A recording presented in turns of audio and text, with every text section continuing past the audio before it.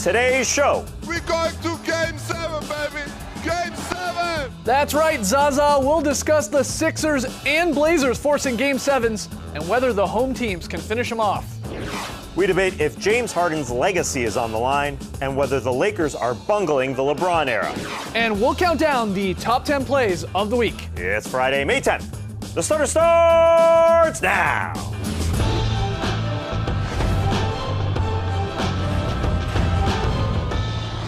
Good evening, Sweet World, and welcome to The Starters, presented by Jack Daniels, Old Number 7, and Tennessee Honey. I'm J.E. Skeets, alongside me as always, Tass Mellis. We got the Aussie Lee Ellison over yonder.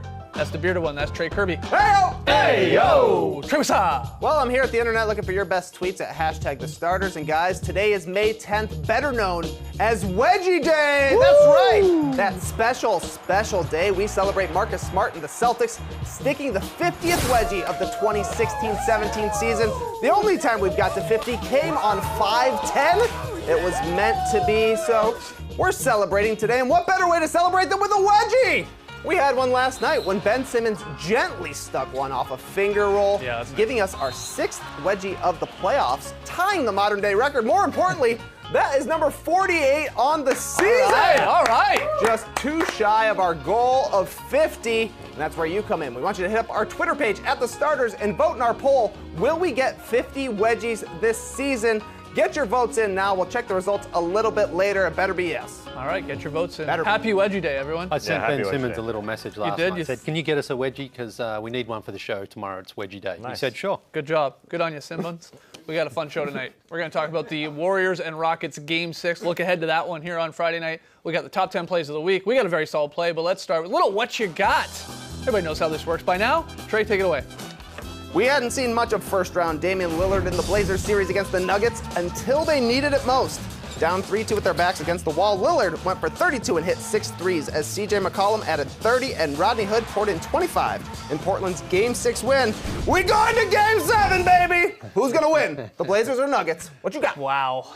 Here we go, prediction time. Even though I think Damian Lillard is going to have a special performance in the first Game 7 of his career, which is kind of surprising. Yep.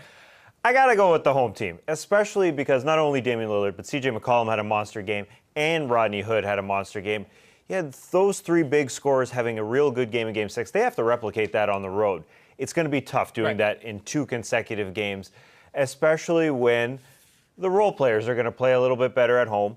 It's going to be an ugly game. It's going to be Will it be as ugly as Spurs-Nuggets Game 7 that we had last round? Yeah, that was ugly. I don't want to bet against Dame. Yeah. And that's why I picked the Blazers in this series. They can go either way, but you just have to go with the home team at this point. There's 2 major factors, and that's experience and home court. And actually, Denver have more of that than, ironically, the Portland Trail Blazers, because they've already had a Game 7 in these playoffs, and Lillard and McCollum have never been there for that before, and they're on the road. But if you do go back to that Game 7 against San Antonio, you mentioned there, Skeets, that was an ugly game, but you know what? It just sort of favors the home team when it's ugly like that, and it just shows that you always want to have the crowd cheering for you. So I also lean towards the Nuggets in this one. I think it might be a pretty ugly sort of a game, but if you're the Nuggets, they've played very, very well at home this season and in the playoffs. And the win that the Blazers got in Denver was a game where Denver should have really won that. They had so many second chance opportunities. So I think if that happens again, Denver will take better chances, take more advantage of those chances. And Jokic is playing well, Harris and Jamal Murray, they're all playing really well. And you just feel that crowd there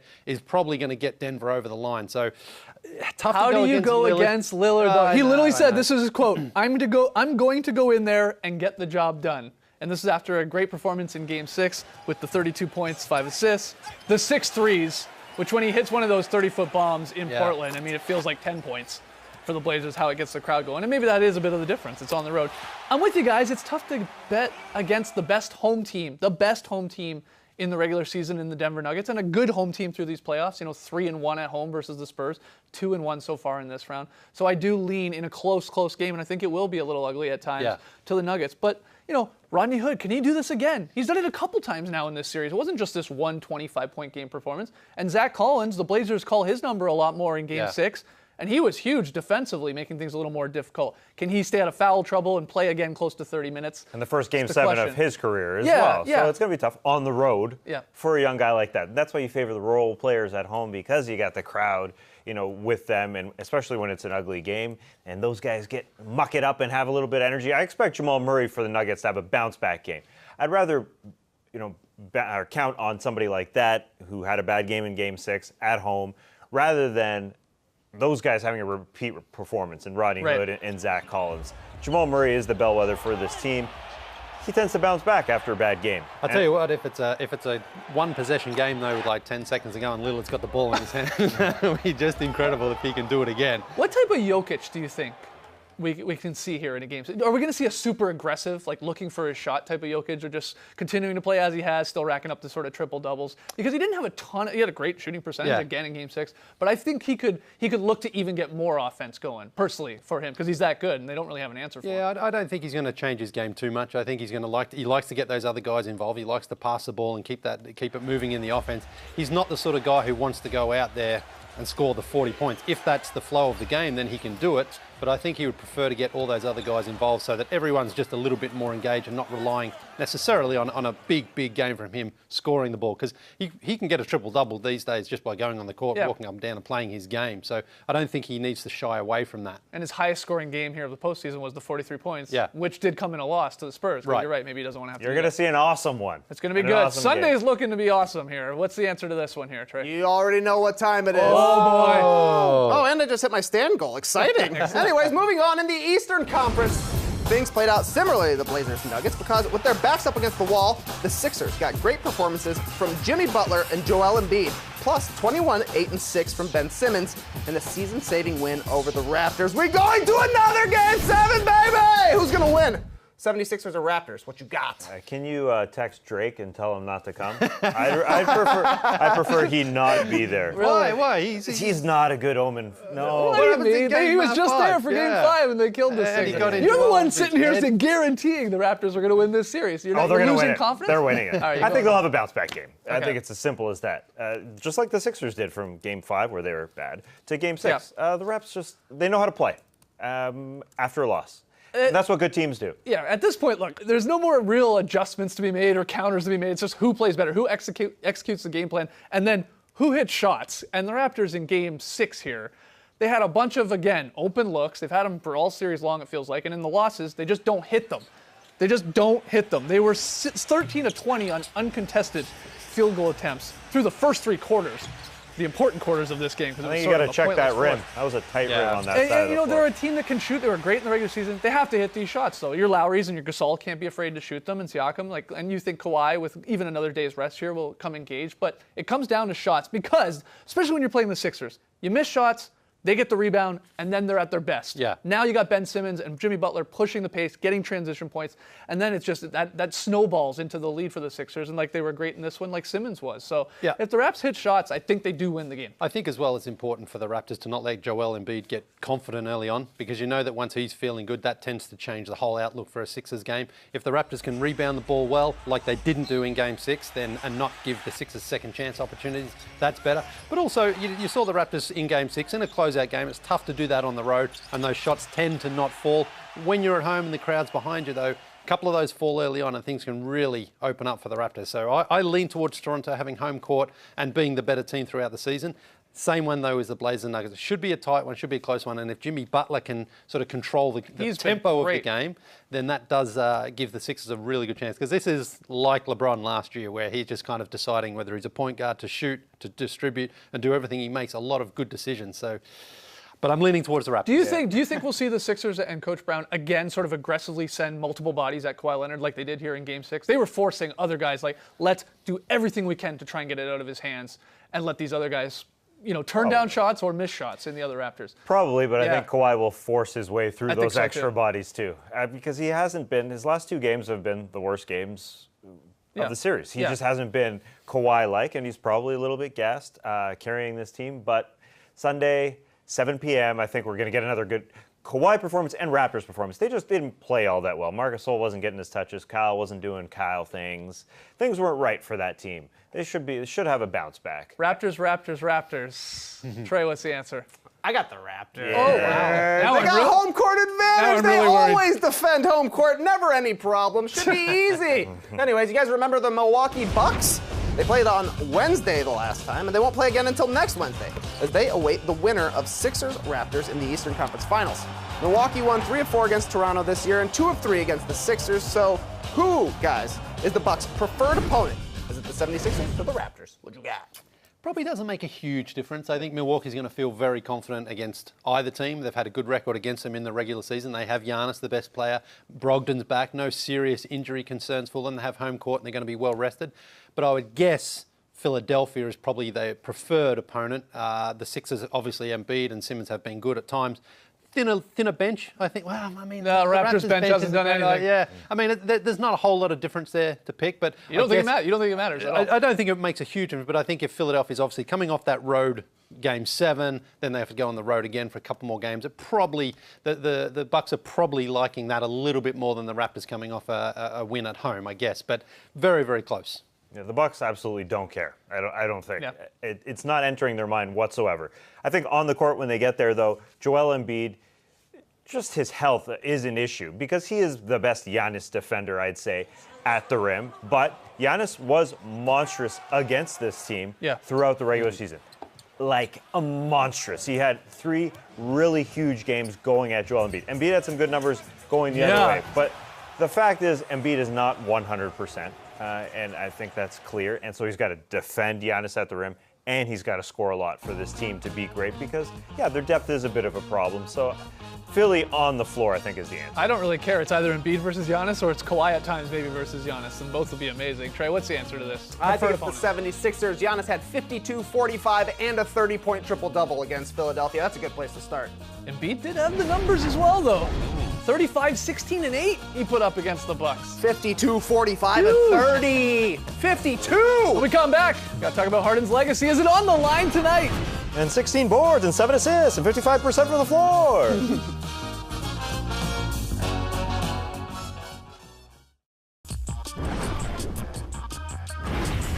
The Starters is presented by Jack Daniel's Old No. 7 and Tennessee Honey.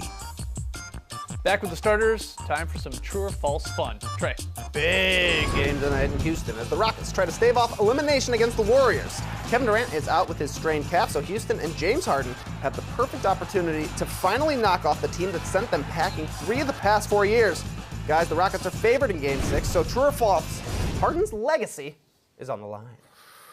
This is true to some extent. If they lose Game 6 here at home, Yeah, well, it you depends. think I mean, his if let's say legacy is Harden goes for 55 and has a great game, they lose at a buzzer beater. so if Hardy goes 6 of 24, 1 of 11 Sure, from 3, and they yeah. lose. I don't think it matters how many points he scored. It's gonna, if they win or lose, even if it's Game 7, it's still gonna be remembered as the series he lost when Kevin Durant was out. It doesn't matter. Well, to it me. depends. I think if he's passive tonight for long stretches like he was in the 4th quarter of Game 5, then perhaps so. But if he's aggressive and he's doing everything he can, and then the Warriors, you know, like say Steph and Clay have big games and the Warriors just outwork them and beat them, then I think he maybe gets away with it. But if he has a bad game and the Warriors win comfortably, then he's going to get destroyed for this, you know, because he's not going to get a better chance to beat the Warriors like this. And of course, even if they win tonight, they have to go and win Game 7 on the road. So there's still another hurdle to get over. But tonight's the one that he simply can't afford to lose and play badly.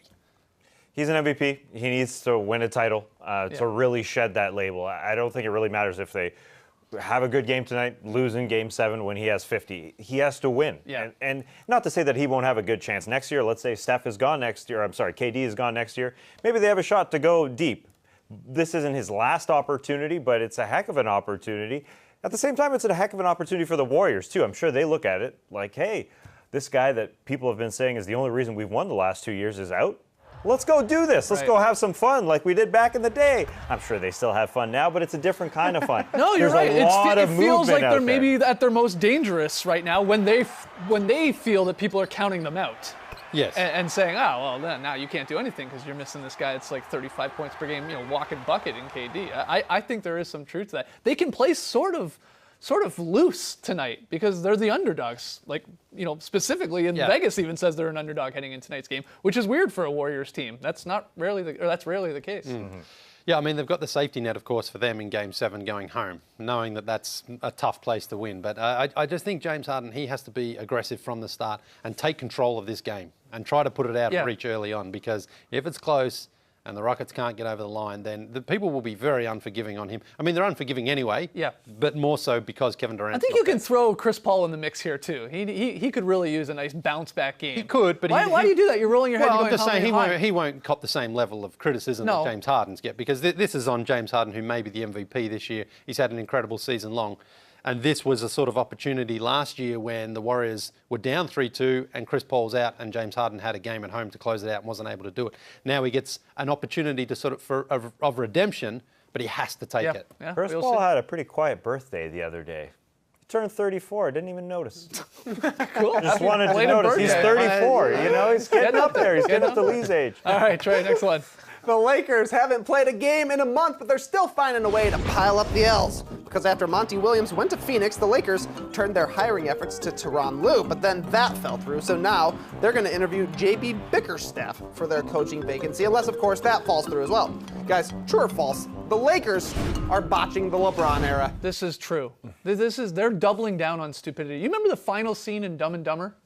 When the tour bus pulls up with the bikini models and they're like, hey, we're looking for some oil boys.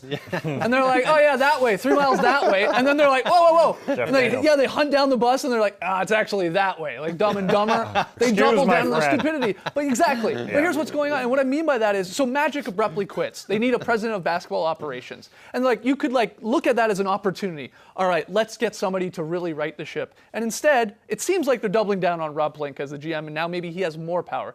Then you got the whole coaching situation. Luke Walton, finally fired after the end of the season. All right, let's get somebody in here, someone that LeBron trusts, someone that he could work with. Looks like it's going to be Coach Lue. All right, he's got a ring and all that.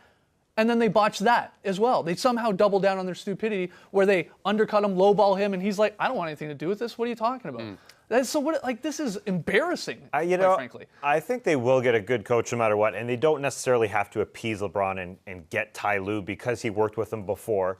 But I totally agree. This was an opportunity. We said it last month when Magic Johnson quit, to get away from the nepotism or the cronyism, as Trey likes to call it. Just stop hiring your friends and your family. Just stop it and get a new way about things. Go about it a different way. That's what they have to do, but it's still run like a family business. It's run like the White House, sort of. It kind of is. Studio crew level. Hey, Wow, test. Reality bites. But listen, on The Shop, on HBO's The Shop, LeBron, I've never seen him this mad, where he's talked about Magic Johnson and the way he quit, and he was very, very angry. And I just want to point it out, The Shop. It's a great program. But he was really mad about that. But fair enough, it's snowballing. Yeah, I mean, when they brought LeBron in, he thought there was going to be some sort of stability there, and now a year in, and it's complete chaos. Yeah. Right. You know, the chances of the Lakers turning this around and then contending for a title next year, extremely slim right now. Yeah, doesn't look good. All right, we got to take a break. When we come back, we're going to count down the top 10 plays of the week. Don't go anywhere.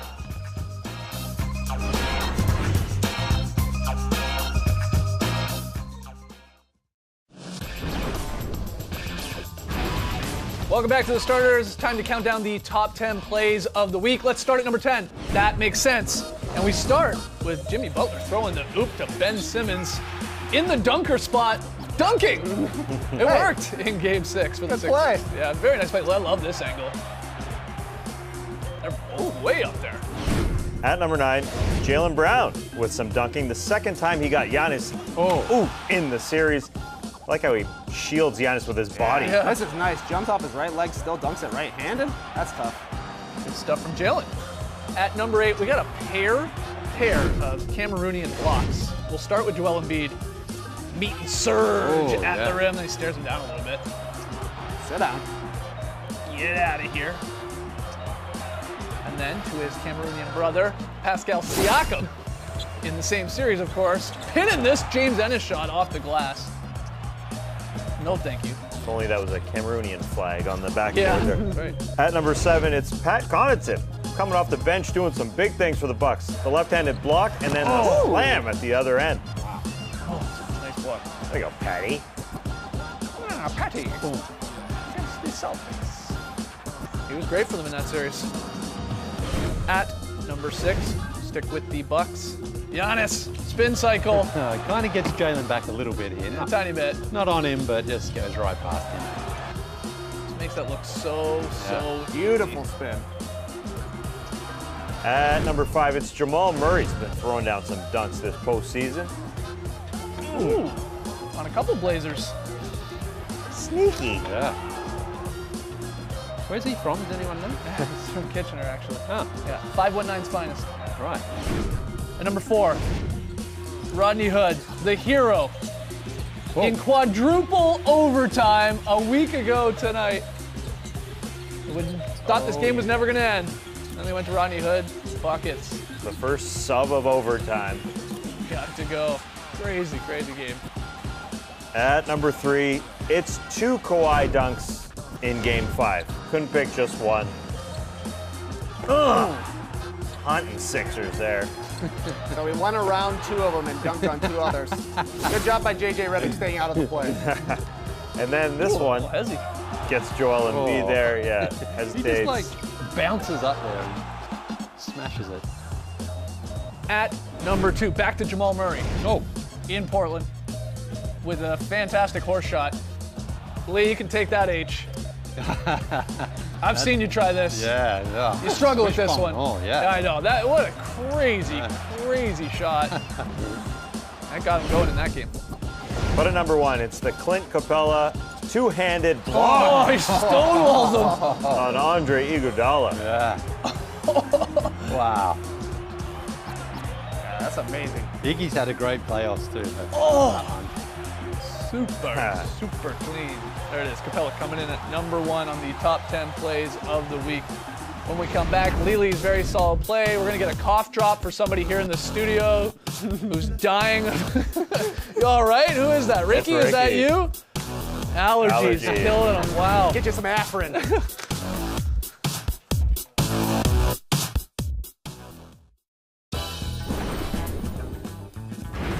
One game on tonight on ESPN. It's a big one. Warriors-Rockets Game 6. Houston trying to stay alive. No KD, of course. Gets underway at 9 p.m. Eastern. Can't wait for that. All right. We got a wedgie last night. Number 48 on the season. It's wedgie day today. We asked you, will we get to 50 wedgies again this season? Trey, what are the results? Landslide victory. 70% of Yes. people think we're going to Good get confidence. 50 wedgies. 30% are haters. We got get 2 25 tonight. games at the maximum left. Yeah. Lee, we could get 2 tonight. 2 tonight. Very rare. Very rare to get 2 Yeah. in one game. All right. Very solid play. Yeah, well, we're going out to Portland here for a beautiful one here from the Blazers. Starts here with the logo lizard who moves the ball around. CJ, a little pump fake party for Jamal. Over to Evan, back to CJ. Beautiful three-pointer. That's how you execute, you know, the Blazers. Great I like stuff. this one. Yeah. Unique. They had another one in this game that I thought you were going to The one with take a Seth look at. Curry. That Yeah, I one? believe that's right. Yeah, a few people tweeted that. Yeah, it was nice. This was nicer. That's what I call a very solid play. Very solid indeed. We also got a drop podcast for you. Talked about these Game 7s coming up on Sunday and talked about the Celtics off-season priorities. We had a blast. So go download that baby and check it out. That's it for us tonight. Thanks for joining us. We will see you Monday, 6:30 Eastern. And remember, that feeling when we get to 50 wedgies. Embrace the weekend, people.